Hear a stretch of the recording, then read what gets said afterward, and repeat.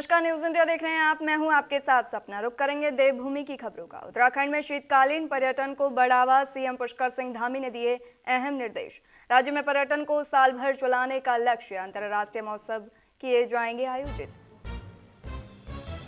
आपको बता दें, उत्तराखंड में शीतकालीन पर्यटन को बढ़ावा देने के लिए मुख्यमंत्री पुष्कर सिंह धामी ने snow leopard sighting, heli skiing और हिमालयन कार रैली को जल्द शुरू करने के निर्देश दिए हैं। मुख्यमंत्री ने 20 दिसंबर तक KMVN और GMVN की सभी व्यवस्थाएं दुरुस्त करने और होटल कारोबारियों के साथ बैठक करने के आदेश भी दिए। मुख्यमंत्री ने सभी जिलाधिकारियों को निर्देश दिए कि प्रमुख पर्यटन स्थलों से जुड़ी सड़कें, होटल और अन्य बुनियादी सुविधाएं पूरी तरह तैयार रहें। मुख्यमंत्री खुद सड़क मार्ग से यात्रा कर व्यवस्थाओं का निरीक्षण करेंगे। इसके साथ ही शीतकालीन पर्यटन से जुड़े हितधारकों के साथ दिल्ली में बैठक आयोजित की जाएगी। वहीं मुख्यमंत्री ने वन डिस्ट्रिक्ट वन फेस्टिवल के तहत हर जिले में एक भव्य महोत्सव आयोजित करने का निर्देश दिए। साथ ही राज्य स्तर पर अंतर्राष्ट्रीय स्तर का महोत्सव भी आयोजित किया जाएगा। बैठक में बागेश्वर में सरयू कॉरिडोर के विकास, पौड़ी के बैठाड़ी स्थित राहु मंदिर और लाखा मंडल मंदिर के सौंदर्यीकरण और देवप्रयाग सहित प्रमुख प्रयागों और घाटों में भव्य आरती के निर्देश दिए जाएंगे।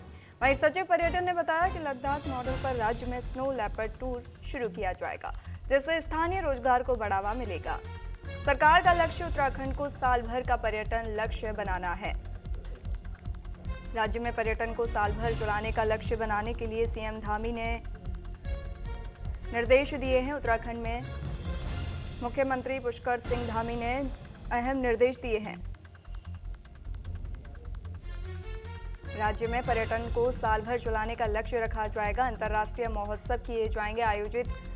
राज्य में पर्यटन को साल भर चलाने का लक्ष्य दिया जाएगा। तमाम जानकारी के साथ हमारे संवाददाता हिमांशु बरमोला हमारे साथ जुड़े हैं।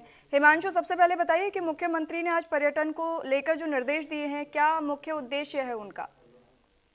देखिए, मुख्यमंत्री पुष्कर सिंह धामी जो है लगातार उत्तराखंड में, चाहे शीतकालीन यात्रा की बात कर ली जाए या ग्रीष्मकालीन यात्रा की बात कर ली जाए, ऐसे में पर्यटन को बढ़ावा देने की लगातार कोशिश कर रहे हैं और लगातार जो है कोशिश यही की जा रही है कि उत्तराखंड में अधिक से अधिक जो है श्रद्धालु पहुंचे। वहीं अगर बात कर ली जाए तो शीतकालीन यात्रा को प्रोत्साहित करने के लिए मुख्यमंत्री पुष्कर सिंह धामी ने चाहे स्नो लेपर्ड साइटिंग की बात कर ली की हो या फिर हेली स्कीइंग और हिमालयन रैली को जो है तत्काल रूप से प्रारंभ करने की बात कही है, क्योंकि कार रैली की खासतौर पर बात कर ली जाए तो उत्तरकाशी जो सीमांत क्षेत्र है वहां से कार रैली का आयोजन किया जाता है और दूसरे छोर यानी कि पिथौरागढ़ जो चीन से लगता हुआ क्षेत्र है और इसके साथ ही नेपाल से लगता हुआ क्षेत्र है, तो वहां पर तक जो है कार रैली का आयोजन किया जाता है। और कार रैली कई बार देखने को मिलती है कि इसका जो मुख्य आयोजन होता है विंटर कार्निवाल के दौरान किया जाता है या फिर जो शहीद स्मारक है यहाँ पर शौर्य स्थल, वहां से कार रैली का आयोजन किया जाता है। इसके साथ ही मुख्यमंत्री ने यह भी निर्देश दिए कि जो भी पर्यटक स्थल हो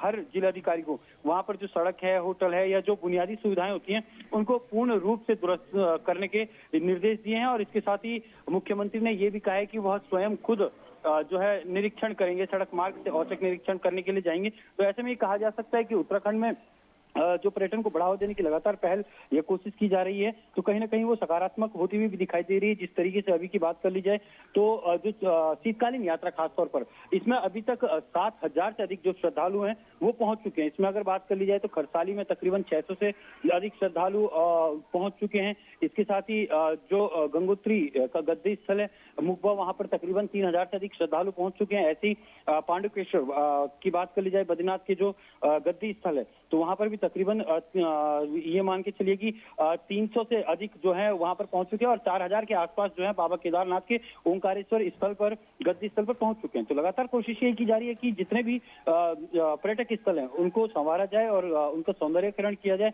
क्योंकि उत्तराखंड की खासतौर पर बात कर ली जाए तो एक साल में आने जाने वाले लोगों की संख्या जो है 6 करोड़ से ऊपर पहुंच चुकी है। तो ऐसे में कयास लगाए जा रहे हैं कि आने वाले दिनों में भी जो शीतकालीन पर्यटन है उसको बढ़ावा मिल सकता है। जी हिमांशु, शीतकालीन पर्यटन को बढ़ावा देने के लिए किन किन नए प्रयोगों पर सरकार काम कर रही है? देखिए, शीतकालीन पर्यटन को बढ़ावा देने के लिए सरकार ने सबसे पहले काम किया शीतकालीन चारधाम यात्रा पर।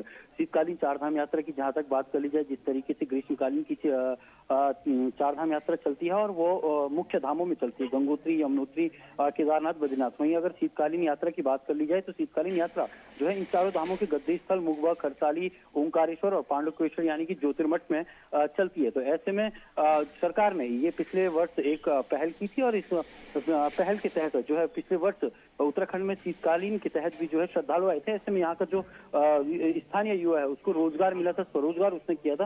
तो ऐसे प्रयास किए जा रहे हैं और इसके साथ ही जो पर्यटक स्थल हैं, चाहे कैंची धाम की बात कर ली जाए या मसूरी की बात कर ली जाए या इसके अलावा औली की बात कर ली जाए, औली में जिस तरीके से विंटर गेम्स का आयोजन होता है, टिहरी में वाटर स्पोर्ट्स का आयोजन किया जाता है, तो तमाम वो कार्य किए जा रहे हैं जिससे उत्तराखंड में पर्यटन को बढ़ावा मिले।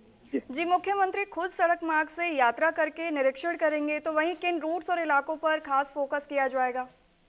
देखिए, जहां तक मुख्यमंत्री पुष्कर सिंह धामी की बात है, उन्होंने ये जरूर कहा है कि वो यात्रा मार्गों का निरीक्षण खुद से करेंगे और जो है बाई रोड वो जाएंगे। ऐसे में अगर सड़कों की खास तौर पर बात कर ली जाए तो ऋषिकेश से ज्योतिर्मठ का जो क्षेत्र है वो तकरीबन 350 किलोमीटर का बैठता है। ऐसे में कयास ये लगाए जा रहे हैं कि मुख्यमंत्री मुख्य पड़ाव स्थलों पर जो है निरीक्षण कर सकते हैं। इसके साथ ही खरसाली और मुखवा की बात कर ली जाए तो उत्तरकाशी जिले से जो है मुख्यमंत्री वहां पर जा सकते हैं। ऐसे में रुद्रप्रयाग जिले की बात कर ली जाए, क्योंकि ओंकारेश्वर बाबा केदार का गद्दी स्थल है, तो वहां पर तकरीबन जो है रुद्रप्रयाग मुख्यालय से ओंकारेश्वर मंदिर की दूरी 40 से 50 किलोमीटर की दूरी है। तो ये तमाम जो सुविधाएं हैं उनका निरीक्षण मुख्यमंत्री खुद कर सकते हैं। और इसके साथ ही हरिद्वार की खासतौर पर बात कर ली जाए, क्योंकि चारधाम यात्रा मार्ग का प्रवेश द्वार हरिद्वार को कहा जाता है, तो हरिद्वार में भी जो है मुख्यमंत्री अब आने वाले दिनों में हो सकता है कि स्थलीय निरीक्षण कर सकते हैं।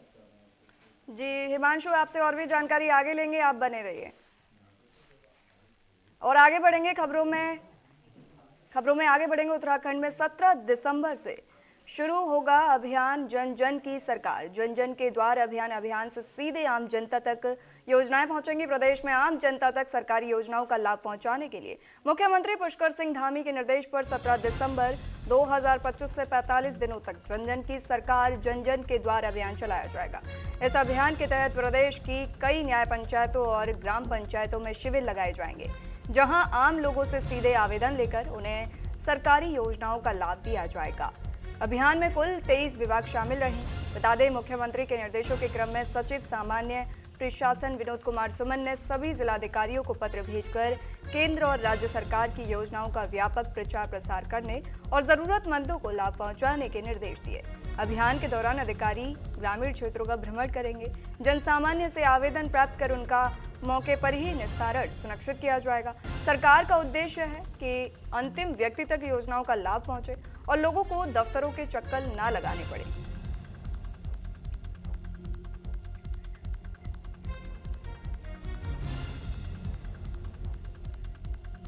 तमाम जानकारी के साथ हिमांशु वर्मोला हमारे साथ लगातार बने हुए हैं।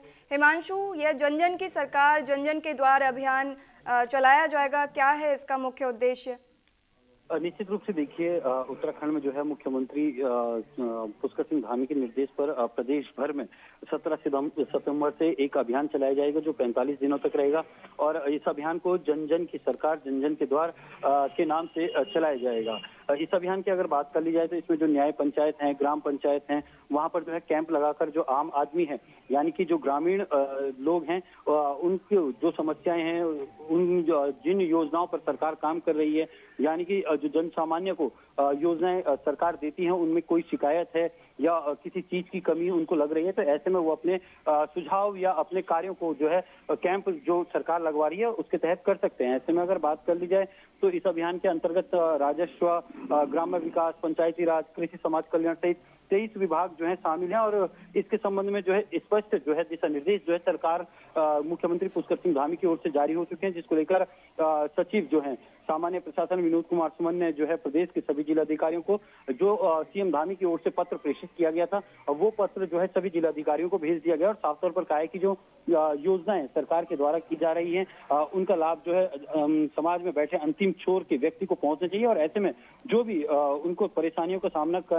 करना पड़ता है तो उनका निस्तारीकरण जो है उनके गांव में जाकर ही किया जाए। जिस तरीके से मुख्यमंत्री की बात कर ली जाए तो खास तौर पर खुद वो प्रवास पर रहते हैं, आए दिन खबरें देखने को भी मिलती है। कभी मुख्यमंत्री मॉर्निंग वॉक पर जाते हैं, कभी रात्रि प्रवास करते हैं। तो ऐसे में जो है मुख्यमंत्री भी खुद जो है आम लोगों से सरकार की योजनाओं का फीडबैक लेते हैं। तो कहीं ना कहीं ये कहा जा सकता है कि अब जो है जिलाधिकारियों को भी निर्देश दिए गए हैं और ऐसे में जो 23 अलग विभाग हैं, 23 विभागों के जो अधिकारी हैं वो गांव-गांव जाकर कैंप लगाएंगे और कैंप लगाकर जो है वहां के जो आम जनमानस है उनकी समस्याओं का निस्तारण करेंगे। जी जी हिमांशु, आपने बताया कि गांव-गांव जाकर ये शिविर लगाए जाएंगे, तो ग्रामीण इलाकों में ये अभियान किस तरह से लागू किया जाएगा? निश्चित तौर पर देखिए, जब अधिकारी ग्रामीण इलाकों में जाएंगे और कैंप लगाएंगे तो जाहिर सी बात है एक डेट जो है सुनिश्चित की जाएगी कि इस दिनांक को इस गांव में जो है अधिकारी पहुंचेंगे।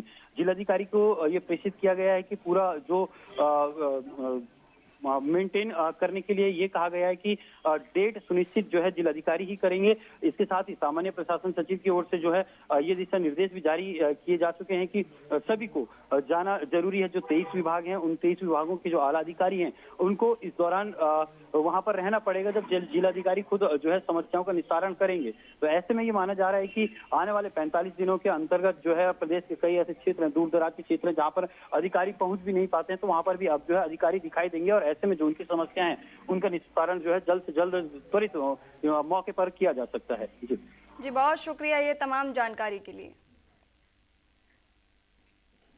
खबरों में आगे बढ़ेंगे। दिल्ली में कांग्रेस की वोट चोर गद्दी छोड़ महारैली, उत्तराखंड से हजारों की संख्या में कार्यकर्ता रवाना। रानीपुर विधानसभा से 70 गाड़ियों में कार्यकर्ता रवाना। दिल्ली में कांग्रेस की वोट चोर गद्दी छोड़ महारैली का आयोजन किया जा रहा है। आपको बता दें, जहां उत्तराखंड से हजारों कार्यकर्ता रैली में शामिल होने के लिए दिल्ली रवाना हो गए हैं। बता दें कि हरिद्वार से कांग्रेस कार्यकर्ताओं का बड़ा काफिला निकला है। रानीपुर विधानसभा से 70 गाड़ियों में कार्यकर्ता रवाना हुए। रानीपुर क्षेत्र से करीब 1000 कार्यकर्ता रैली में शामिल होंगे। बताते चलें कि कांग्रेस कार्यकर्ताओं का बड़ा काफिला दिल्ली में वोट चोर गद्दी छोड़ प्रदर्शन में शामिल होगा। उत्तराखंड से हजारों की संख्या में कार्यकर्ता रवाना हो गए हैं। कांग्रेस नेतृत्व ने इस रैली के लिए पूरे देश में राजनीतिक तैयारियां भी कई सप्ताह पहले से शुरू कर दी थी। कांग्रेस का दावा रहा है कि चुनाव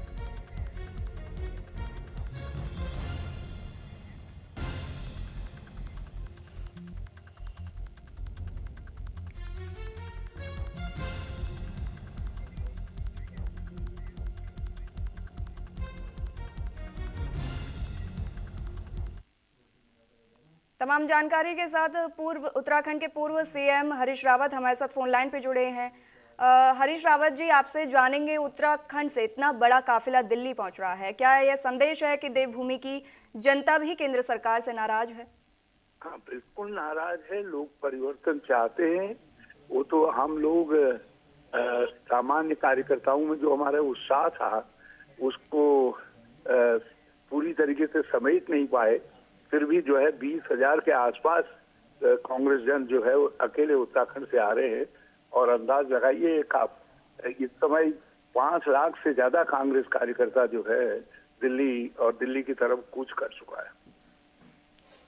जी रावत जी, बीजेपी कहती है कि कांग्रेस हार का ठीकरा ईवीएम पर फोड़ रही है। आप इस आरोप का क्या जवाब देंगे?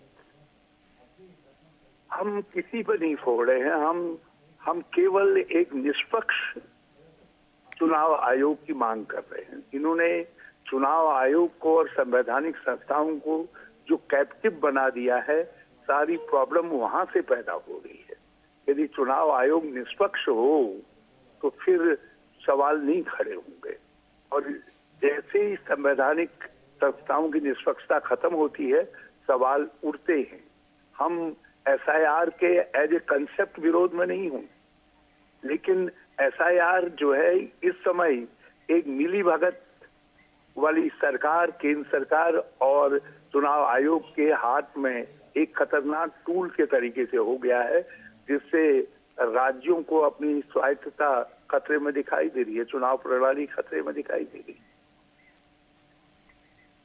जी, अगर चुनाव आयोग निष्पक्ष नहीं है तो अपने ऊपर लगे आरोपों का जवाब क्यों नहीं दे रहा है? हाँ भाई, चुनाव आयोग को जवाब देना चाहिए ना, वो सार्वजनिक बहस में आना चाहिए।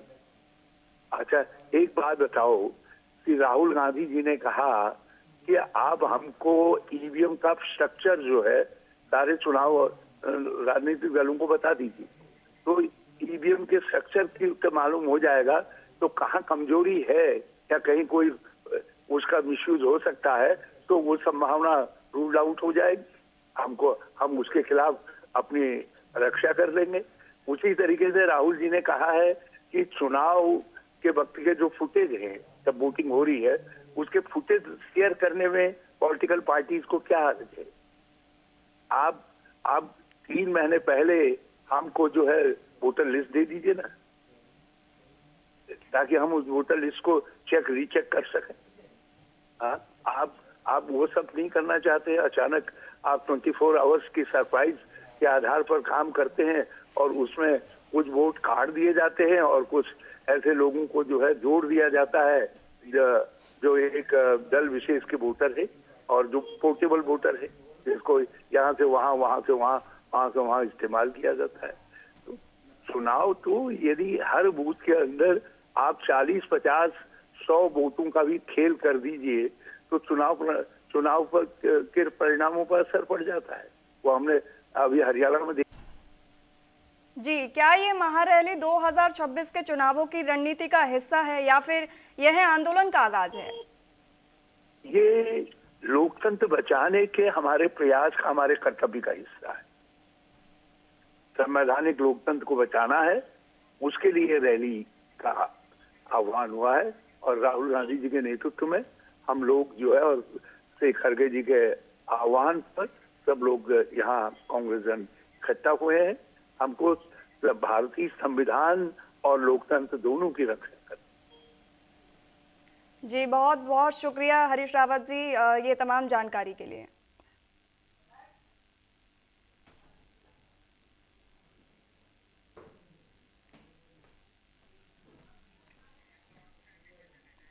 और इसी के साथ हमारे संवाददाता विश्वास सैनी हरिद्वार से हमारे साथ लाइव हैं। विश्वास, वोट चोर गद्दी छोड़ के ये रैली हो रही है, क्या मकसद है इसका?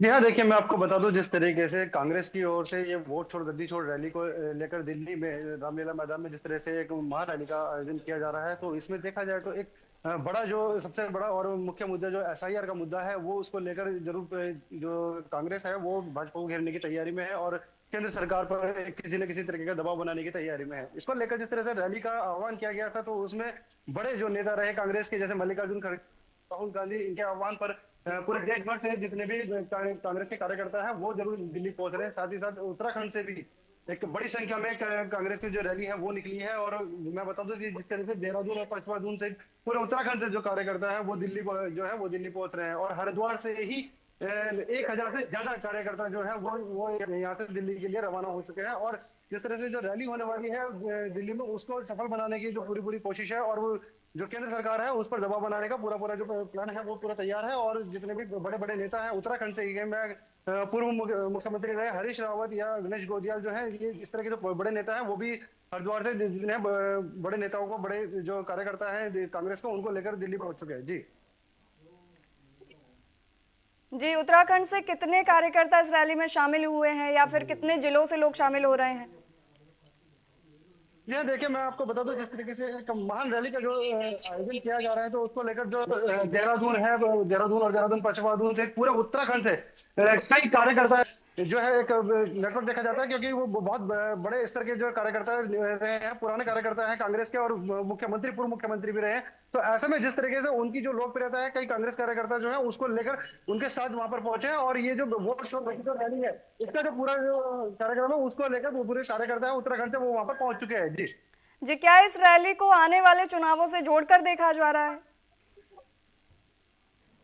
जी हाँ, बेशक इसमें कोई दौरा नहीं है, क्योंकि जिस तरीके से अभी वोट चोर गद्दी चोर रैली का जिस तरह से एक आयोजन जो महारैली जो वहां पर की जा रही है, ये कहीं ना कहीं 2027 का जो विधानसभा चुनाव है उसको लेकर भी ये कहीं ना कहीं वोट बैंक साधने की एक नीति हो सकती है। लेकिन जिस तरीके से बताया जाए, अभी बता रहे थे पूर्व मुख्यमंत्री हरीश रावत जी बता रहे थे कि ये लोकतंत्र के लिए हम जो कार्य है वो कर रहे हैं, लेकिन जिस तरीके से देखा जाए ये कहीं ना कहीं 2027 का जो चुनाव है उसके लिए भी ये तैयारी कहीं ना कहीं देखी जा सकती है। जी, बहुत शुक्रिया ये तमाम जानकारी के लिए।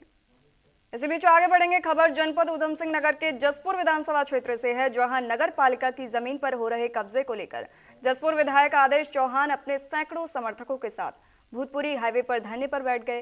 विधायक के समर्थकों ने जमकर नारेबाजी की। साथ ही विधायक ने पुलिस प्रशासन पर गंभीर आरोप लगाए। सूचना पर पुलिस क्षेत्राधिकारी काशीपुर मौके पर पहुंचे और उनके आश्वासन के बाद धरने को खत्म किया गया। बताते चलें कि विधायक का लगभग 2 घंटे तक धरना जारी रहा। वहीं नगर पालिका अध्यक्ष नौशाद सम्राट का कहना है कि नगर पालिका की सरकारी जमीन पर बुनियाद खुद बन रही थी। जब इस बात का पता चला तो मौके पर आए और जेसीबी की मदद से बुनियाद को बंद कर दिया गया और देर शाम फिर कब्जाधारियों ने बुनियाद खोद दी और धमकी दी, जिसके बाद विधायक और सभी लोग मौके पर पहुंचे। वहीं बीजेपी के जिला पंचायत सदस्य सन्नी प्रधान का कहना है कि विपक्ष के लोग जबरदस्ती अपना दबाव बनाने के लिए मुद्दा बना रहे हैं। संघर्ष करो, हम तुम्हारे साथ हैं। पुलिस प्रशासन होश में आओ। धरने का मैटर तो ये है कि कोतवाल आगे ये कहता है कि मुझे आप जो है ना फुटेज दो, इसलिए बैठा मैं। आदमी हर समय कैमरा लेके साथ घूमेगा। यहाँ सामने जमीन है नगर पालिका की और एक यहाँ के एक आम आदमी है। यहाँ राज्य परिषद से निर्णय हो चुका, यहाँ की कोर्ट से निर्णय, एसडीएम के उसमें निर्णय हो चुका, हाई कोर्ट से निर्णय हो चुका। ये शायद 24 की बात है। वहाँ चिन्हित हो गई जगह। एक व्यक्ति ने उस किसान से रजिस्ट्री करा ली फ्रंट की। अरे सुबह यहाँ पर बुनियाद खुद रही थी हमारी नगर पालिका की सरकारी जमीन में, तो हमें जब पता चला मौके पर आए, हमने अपनी जेबी से तो उस बुनियाद को बंद करा दिया। फिर इन्होंने शाम को अंधेरे समय फिर बुनियाद खोल दी और धमकी दी। मैं भाजपा का जिला पंचायत सदस्य हूँ। विपक्ष के लोग जबरदस्ती अनावश्यक अपना दबाव बनाने के लिए मारो कि यहाँ नगर पालिका का इशू बना रहे हैं। मैं कह रहा हूँ एक पेपर मुझे लाकर दे दें, मैं जमीन छोड़ दे चला जाऊँगा। नगर पालिका एक पेपर लाकर मुझे दे दे, मैं अपनी जमीन छोड़ दे चला जाऊँगा। मेरी रजिस्ट्री है, दाखिल खारिज है। नगर पालिका की जमीन हो या किसी सरकारी जमीन हो तो भी दाखिल खारिज नहीं होता। मैं ऑन पेपर, ऑन मेरी रजिस्ट्री कहाँ है, मेरी ऑन रिकॉर्ड मैं आपको हर चीज दे सकता हूँ। काशीपुर से एक बड़ी खबर सामने आ रही है, जहां कांग्रेस ने राज्य सरकार पर प्रेस की आजादी को कुचलने का सीधा आरोप लगाया है। जहां कांग्रेसी नेताओं का साफ कहना है कि प्रदेश में अब कानून का राज नहीं बल्कि अघोषित तानाशाही चल रही है। आरोप है कि अगर कोई भी पत्रकार सरकार की खामियों को उजागर करता है या सत्ता के खिलाफ अपनी कलम चलाता है तो उसे सुधारने के बजाय सलाखों के पीछे धकेल दिया जाता है। कांग्रेस ने इतिहास के पन्नों को पलटते हुए नेहरू और इंदिरा गांधी के दौर की याद दिलाई है। उनका कहना है कि उस दौर में पत्रकारों की कलम का सम्मान होता था, आलोचनाओं पर विमर्श होता था और गलतियों को सुधारा जाता था, लेकिन आज सवाल पूछना गुनाह बन गया है और सच लिखना जेल जाने की वजह।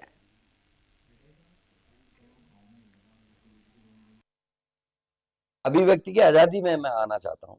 आपके कितने, चौथा स्तंभ तो है ही, हम पे अंकुश कौन लगाता था भाई? कांग्रेस में चाहे हम तो पुराने, आप लीडिंग देख लीजिए, ऐसे ऐसे लोग थे जिन्होंने नेहरू जी पे वो बना दिए, जोक बना दिए, वो कर दिया और नेहरू जी ने सम्मानित किया। उल्टा कहा कि चाय पे बैठेंगे शाम को। इंदिरा जी के लिए सब कुछ कहा गया, लेकिन परिवार ने सहन किया। आज रवीश कुमार से लेके आप प्रसून वाजपेयी से लेके और कितने पत्रकार, कई तो चले गए। उत्तराखंड के ऐसे पत्रकार हैं जिनको जेल हो रही। इस बुलेटिन में फिलहाल इतना ही, रुकते हैं एक छोटे से ब्रेक के लिए।